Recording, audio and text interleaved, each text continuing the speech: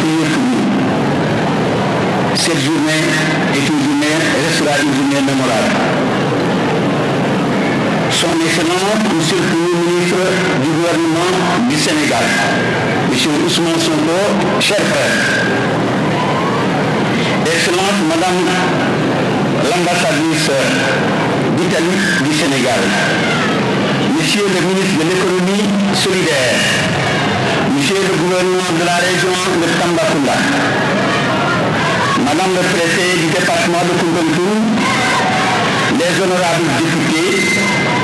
le président du conseil départemental de Koumpentoum, Monsieur les 10 maires du département de Koumpentoum et les autres maires de la région, honorables invités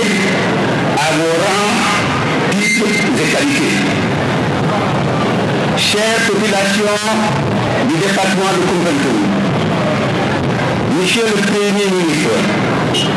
permettez-moi tout d'abord de vous souhaiter la bienvenue dans notre cher département de Koumpentoum,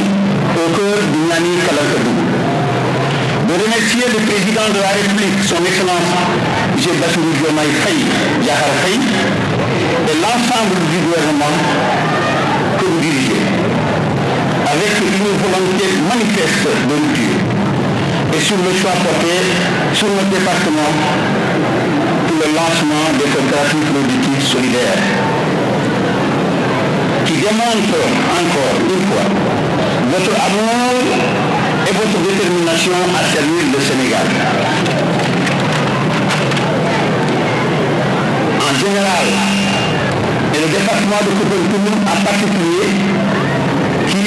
rappelons-le, de la part de sa position géographique, habite le centre du Sénégal. Soyez en remerciés, Monsieur le Premier ministre, au nom de tous les élus du département de Koumpentoum. Monsieur le Premier ministre, l'économie solidaire n'est pas une simple alternative. Elle est aussi une nécessité pour bâtir une société plus juste. Départementaux et municipaux de la région. Chers participants, Excellence le Premier ministre Sonko et Excellence le ministre Dion et le ministre Sarre, je m'adresse à vous aujourd'hui en ma qualité de chargé d'affaires de l'ambassade d'Italie. Tout d'abord, je tiens à vous transmettre les salutations de l'ambassadrice, son Excellence Madame Caterina Bertolini, qui n'est actuellement pas au Sénégal et malheureusement n'a pas pu revenir pour participer au lancement de ce projet important qui témoigne une fois de plus de la solidité des relations bilatérales entre le Sénégal et l'Italie. J'ai donc l'honneur de lire les discours préparés par l'ambassadrice. Le Sénégal est un pays au cœur de la politique étrangère italienne, un pays qui a donné l'exemple d'une alternance démocratique au pouvoir et de stabilité institutionnelle, se montrant ainsi un partenaire fiable dans la région africaine. De plus, le Sénégal est un pays prioritaire de la coopération italienne et qui a récemment été inclus dans les cercles restreints des pays prioritaires du plan Mattei pour l'Afrique. Le plan Mattei est le référentiel du gouvernement italien pour les relations avec les pays africains. Notre idée est que la relation avec nos partenaires africains doit se fonder sur une base égalitaire et avoir pour objectif de créer des bénéfices mutuels pour les deux parties. Dans le cadre du plan Mattei, l'Italie collabore avec le gouvernement sénégalais pour l'aider à atteindre ses objectifs ambitieux, tels que décrits dans le référentiel Sénégal 2050. La solidité de nos relations politiques est également confirmée par les nombreuses visites en Italie effectuées récemment par des représentants du gouvernement sénégalais. dont la mission du ministre Dion pour participer à l'événement Italie-Afrique Business Week à Rome, où le Sénégal était l'un des pays invités d'honneur. Grâce à nos excellentes relations politiques, la coopération italienne a approuvé en 2024 des projets de développement au Sénégal pour plus de 100 millions d'euros.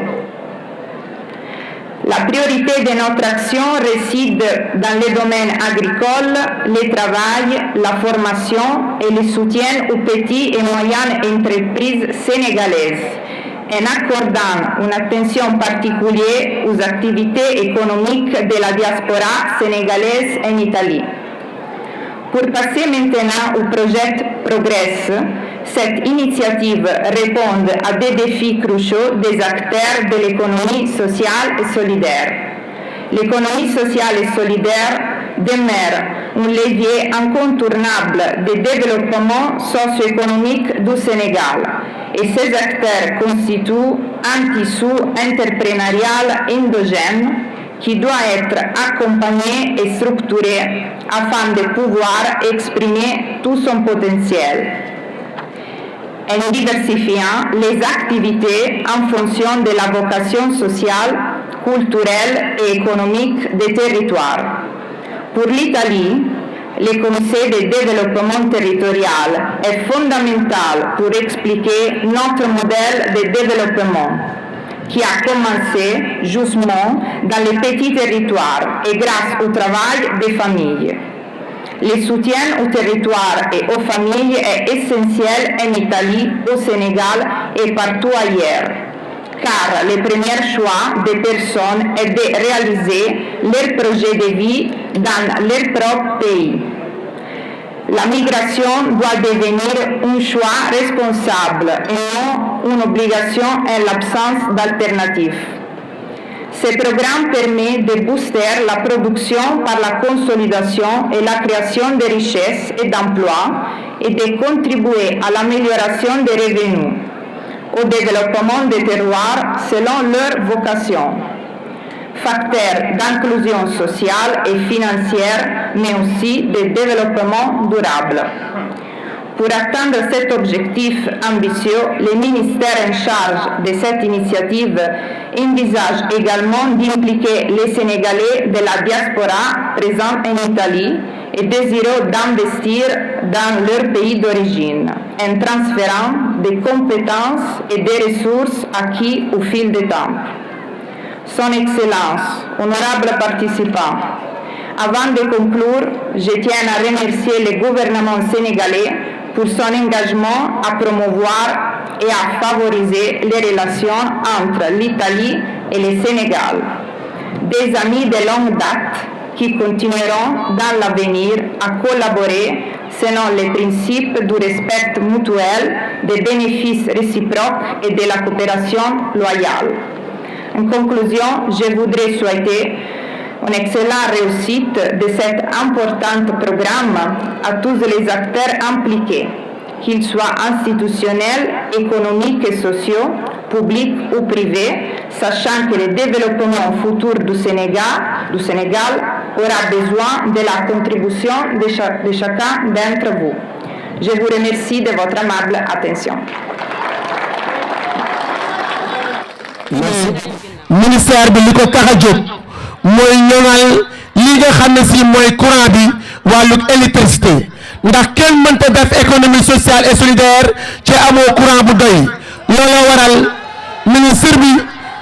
daal di woo naataangoom kenn ci directeur yu Sénégal yi liggéey bu am solo mu le directeur de l'ANER ngir ñu xaatim benn convention ngir gox yi ak goxaat yi am courant bu doy ngir économie sociale et solidaire nekk kàggu koom-koomu Sénégal. Merci beaucoup.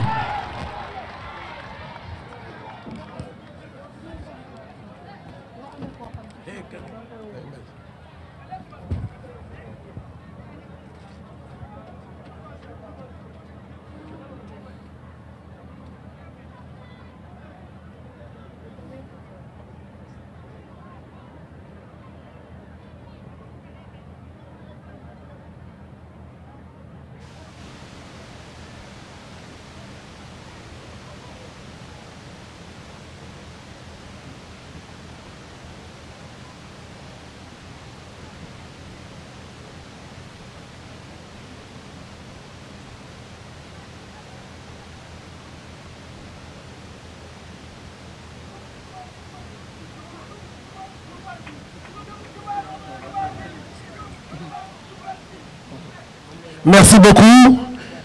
Voilà la convention.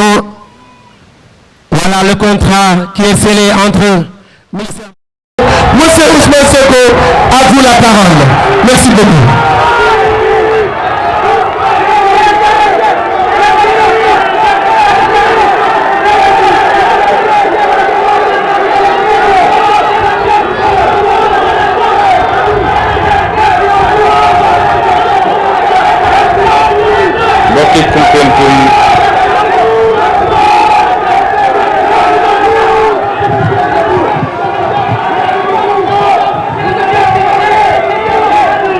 mbokki Koumpentoum assalamu alaikum wa rahmatullahi wa barakatuh.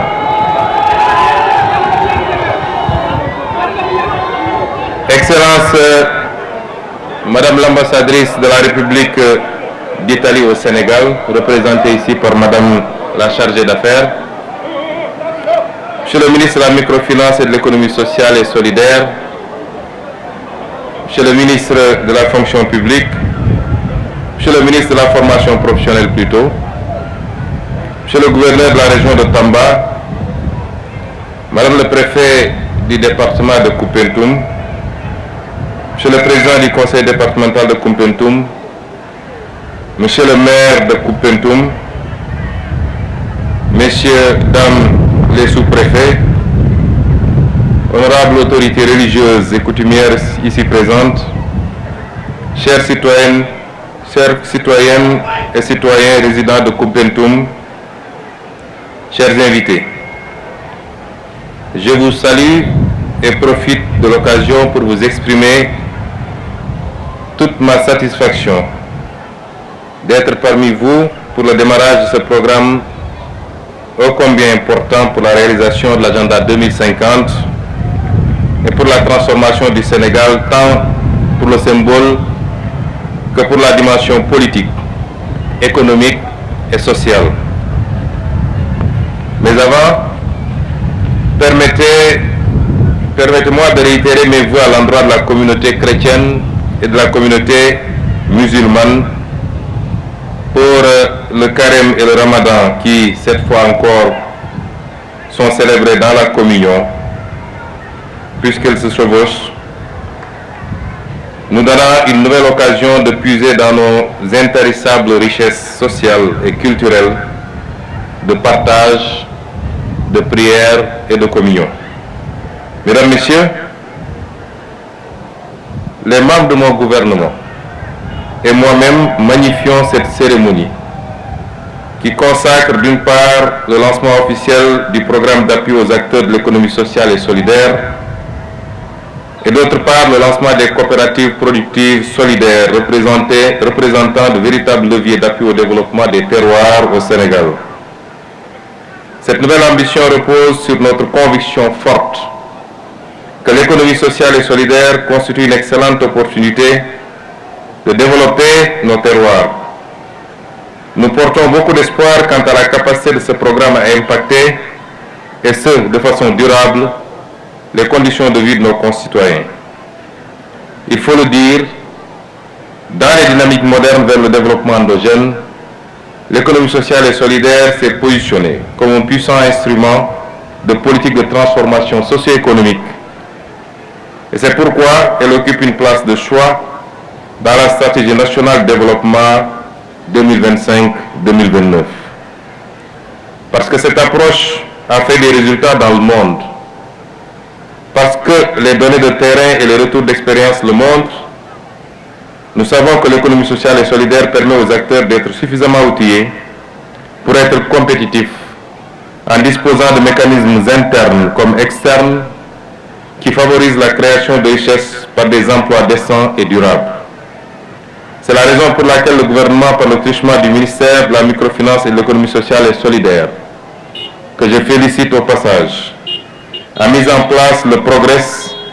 qui vise la formalisation, l'encadrement, la structuration et l'appui technique et financier des acteurs de l'économie sociale et solidaire au fin de valoriser le potentiel économique des terroirs. Mesdames et messieurs, ce programme dont la vocation est la transformation inclusive va ainsi favoriser la création d'un écosystème propice au développement des micro, des petites ainsi que des moyennes entreprises qui poursuivent à la fois des objectifs économiques et sociaux.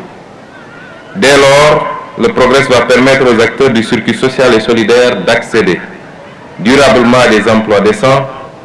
au marché et au financement dans le but d'inscrire leurs activités dans la durée. C'est pourquoi le programme a pour cible les groupements de femmes, les GIE agricoles, dans le processus de transformation, les petites et moyennes entreprises artisanales portées par les jeunes, les services, les exploitations familiales, les associations, les mutuelles, les sociétés coopératives et les entreprises sociales. Le Progress, bien sûr, tient compte des grandes vulnérabilités qui touchent certaines couches, particulièrement les jeunes et les femmes, et aura à cœur d'intégrer les dimensions sexo-spécifiques. Et je tiens à souligner qu'une très grande discrimination sera consacrée en faveur des personnes à mobilité réduite. C'est le moment de préciser que le Progress ciblera des zones prioritaires comme Kolda, Louga, Sédhiou, Saint-Louis, Kédougou, Matam, Tambacounda et Ziguinchor, afin de matérialiser l'équité territoriale dans les politiques publiques déclinées dans la vision 2050. Nous croyons fermement au potentiel de changement des critères de développement durable, donc respectueux de l'environnement inclusif. Le deuxième point de mon propos, mesdames, messieurs, concerne les coopératives productives, puisqu'il y a le Progress lui-même qui est le programme, mais il y a également les coopératives. Mais cette fois-ci, il s'agit des coopératives productives solidaires, dont la mise en place sera accompagnée d'un package d'appui pour la structuration, en leur permettant de bénéficier d'agréments d'acteurs d'entreprises sociales et solidaires. La professionnalisation et la labellisation, avec le concours des ministères en charge de la formation professionnelle, de la famille, de l'artisanat, de l'agriculture, de la pêche, de l'élevage, de l'industrie et du commerce, conformément à la convention signée DID et entreprises sociales et solidaires pour assurer la réindustrialisation. En plus des éléments cités, le package comprend la mise en réseau et la pérennisation à travers les 4 boutiques de l'ESS, sources technologiques, Uniproduction et Témoin, l'appui au financement géré par le Pacte pour l'inclusion financière universelle. De même que l'appui en matériel d'exploitation qui aura le mérite de favoriser les performances techniques des acteurs de l'économie sociale et solidaire. Enfin, le package d'accompagnement comprend la mise en place d'un fonds de mutualisation solidaire pour contribuer à l'allègement des contraintes sociales des acteurs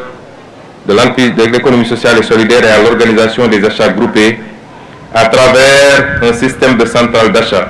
qui sera un moyen de contourner les spéculations et de stabiliser les prix. Ainsi,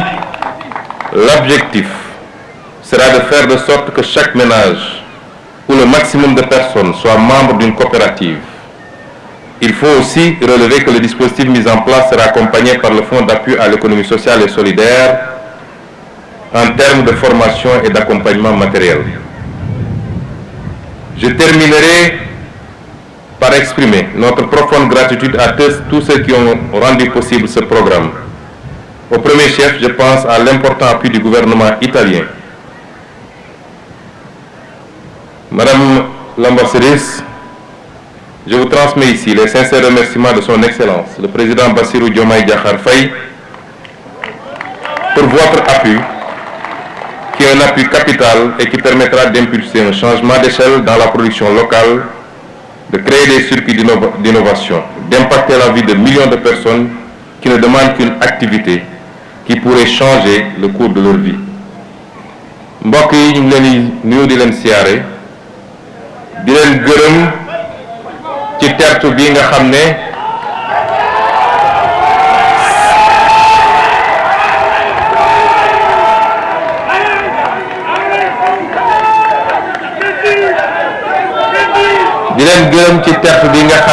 seral na suñu xol di leen jottali nuyoo seen président suñu président di son excellence Bassirou Diomaye Diakhar Faye ak nuyoo mboolem gouvernement bi di leen massawu nag ci naaj bu tàng bi rawatina weer wi ñu nekk waaye lii rek dafa feddali ni kóolute gi nga xam ne moom ngeen am ba fal président Bassirou Diomaye Faye dellu siwaat am kóolute googu ba jox ko lu mu mën a gouverner ci assemblée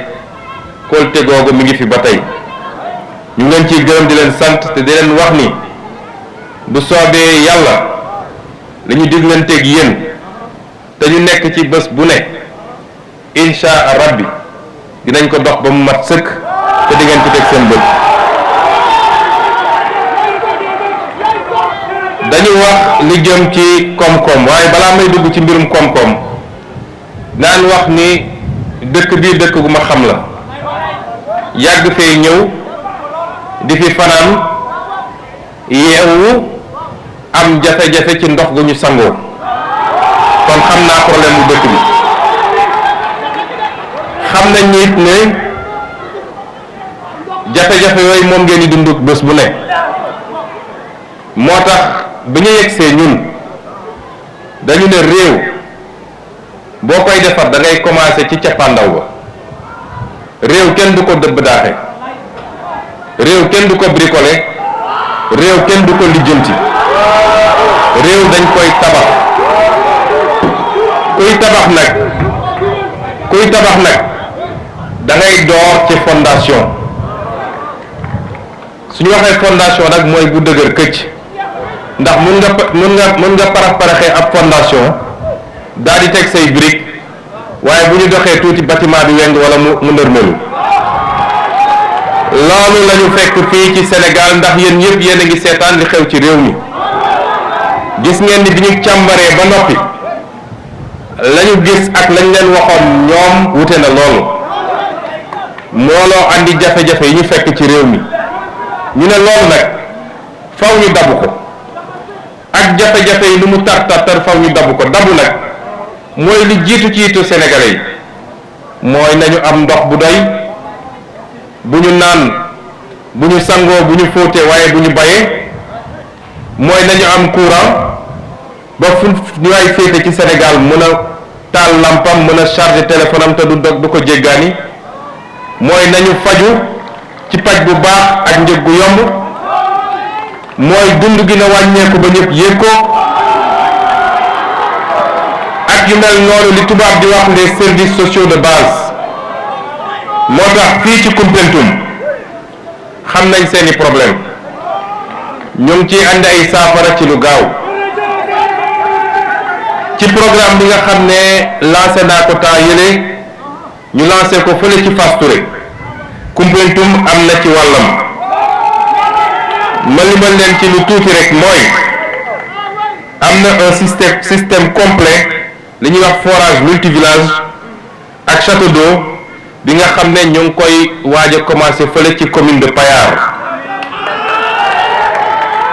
waaye ñu ngi ko war a tabax ci village bu nga xam ne moom la ñuy woowee village u Rexaay am na it benn forage bu mag F1 boo xam ne monsieur le maire mu ngi koy wax léegi waaye dafa anticiper rek waaye fii ci Koumpentoum ci lu dul yàgg léegi di ngeen gis ñu tabax fi ñaareelu forage boobu muy wax nga xam ne war naa mën a régler problème ndoxu Koumpentoum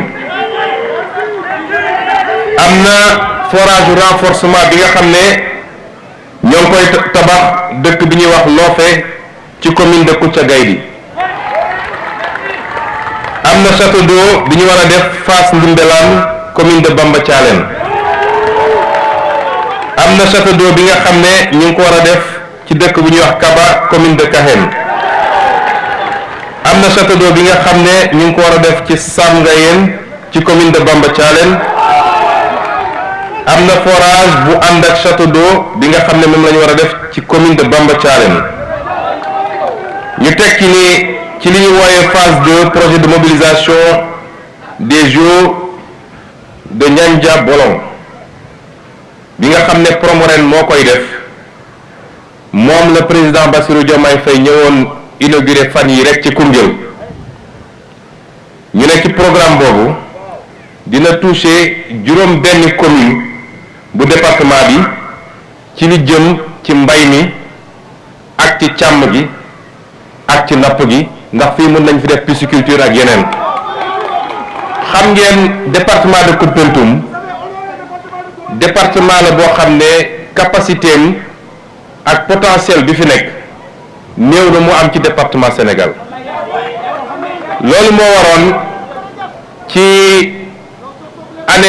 année 70 yi président Senghor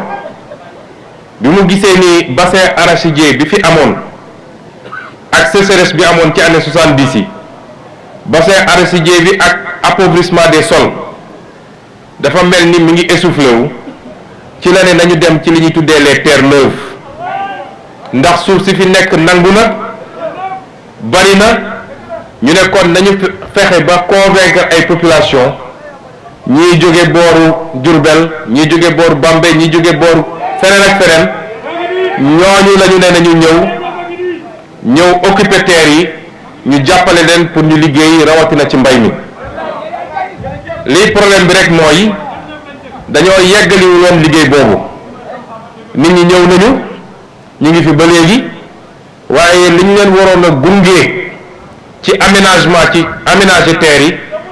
def forage yi andi ndox mi loolu moo fi manqué woon loolu nag le président Bassirou Diomaye Faye fas yéene en tout cas jox ndigal sama gouvernement pour ñu liggéey ci ba am ci résultat yoo xam ne naam ñu ngi koy def pour waa département Koumpentoum waaye ñu ngi koy def it pour Sénégal ndax liñ fi war a liggéey bu meññee li mu war a meññee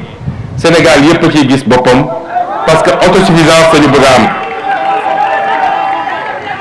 ma yokk ci ni am na ay dëkk yoo xam ne fi mu ne nii am nañu ay problème équipement ak forage wala forage yu nga xam ne dafa panne dëkk bu mel ni Lëmbur Makaan defe naa ñi ngi jël pompe bi fi mu toll nii pour changer ko dëkk bi ñuy wax Njàmbur Koundiaw Soare ak Ndungu Siin ñoom ñëpp ñu ngi ministre de l'hydraulique mi ngi ciy taxaw pour ñu régler problème yooyu ci ni mu gën a gaawee te gëm naa ni ci diir bu gàtt ndox dina fa am ba mat sëkk incha allah lii nag dama ko wax rek ndax li ñu lancé fii tey dañ ko fi lancé rek symboliquement waaye programme boo xam ne Sénégal yépp la concerné dama ne réew kenn du ko dëbb daaxee dañ koy tabax booy tabax réew nag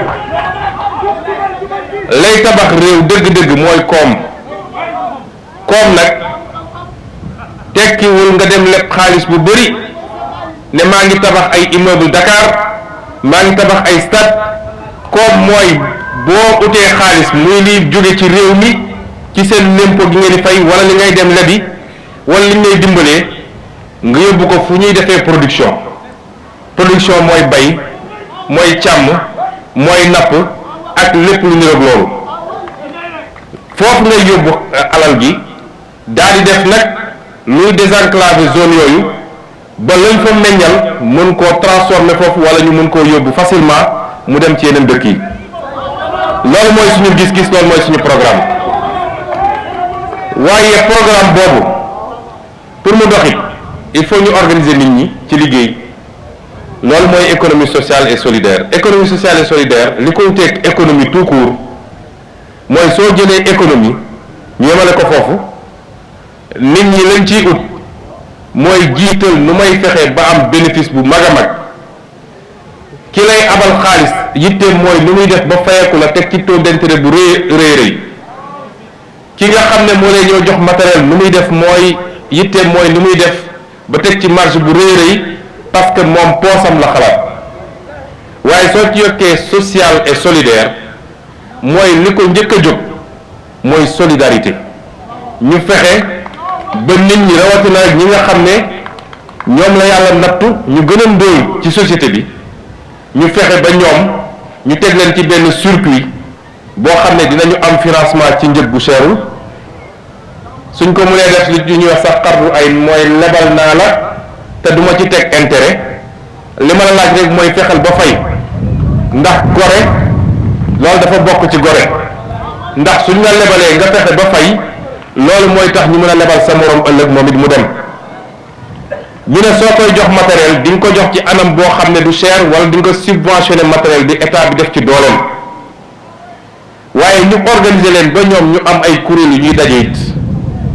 parce que lu nit booloo rek moo ëpp doole benn bu ñu demee seen bopp loolu mooy solos économie sociale et solidaire ñu jàpp ni réew mu mel ni Sénégal nga xam ne dafa am ñaar yi nga xam ne problème la dafa am lu ñuy wax pauvreté mooy ndóol waaye dafa am lu ñuy wax extrême pauvreté mooy ndóol gu tara ñu ne lenn rek moo mën a tax nga jëlee nit ki ci ndóol gu tara andi ko ci ndóol bu ëllëg nga mën a ko jëlee ko ci ndóol yóbbu ko ci classe moyenne mu mën a yor boppam mooy économie sociale et solidaire loolu moo tax nag président Bassirou Diomaye bi mu toogee ne jox naa économie sociale et solidaire importance boo xam ne faw rek ma def ko ministère à part loolu mooy docteur Alioune Dione mii ñu ko dénk moom ak équipe am ñu ciy def liggéey bu mucc ayib kon la ñu bëgg wax ak yéen mooy réew li koy defar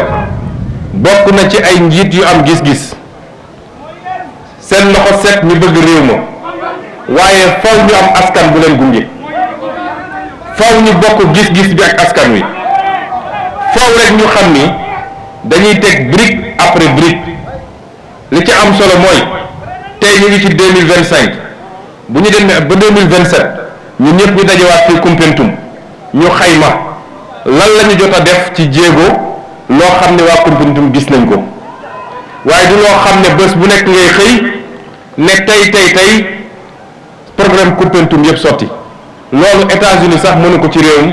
waxuma laa keneen kon ñun nañu bokk gis-gis bi mooy lii ñu leen tegal ci programme de développement te lii dafa nekk ci économie sociale et solidaire benn pàcc la ci coopérative yi dañoo bañ ba mbay mi nga xam ne dañ koo jox cër gu am solo dañ koo jagleel moom it benn secrétaire d'État boo xam ne moom coopérative kese lay liggéey loolu lan lay yombal mooy tey soo ñëwoon Koumpentoum andi fi matériel agricole nga ñëw jox ko ay benn peut-être andi nga 100 matériel agricole ñi fiy bay ay junni lañ nga jël 100 personnes jox leen matériel bi ñoom mënuñu ko entretenir mënuñu koo yor niñ ko war a yoree bu paanee mënuñu ko dépanner léeg-léeg sax ñu jaay ko wala ñu sàkkal ko pexe ñu ne boo amoon coopérative boo dajalee coopérative yi ñu def fi benn plateforme boo xam ne moom la ñuy jël ne matériel agricole bi ñu andi yëpp pour département bi teg nañ ko ci plateforme bi coopérative bu ne exprimer besoin dañ naan bés sàngam ba bés sàngam coopérative bii ak bii la ñuy yóbbul matériel agricole bi ñu defal leen seen liggéey te bu boobaa état bi mooy yor entretien matériel bi mooy def carburant bi loolu dina doon dimbal ci mbaykat yi noonu lañ koy defee ci sàmmkat yi noonu lañ koy defee ci nappkat yi moo tax ñu ne suñu géej gii dootuñu ko tayle ba contrat convention bi amoon suñu digganteeg ñi ko doon exploité bu mu jeexee dañ ne renouvelé wuñ ko parce que dañoo bëgg jën gi def ci biir réew mi kon lii mooy économie sociale et solidaire ñu ciy félicité bu baax monsieur le ministre Alioune Dione di leen gërëm bu baax ci seen tertu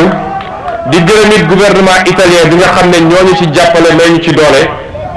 ñun ñëpp ñu ànd takk suñu ndigg ndax Sénégal ñoo ko moom te bu soobee yàlla dinañ ko teg ci yoon ba ñëpp gis ci seen bopp ci jub ci jubal ak ci jubbanti asalaamaaleykum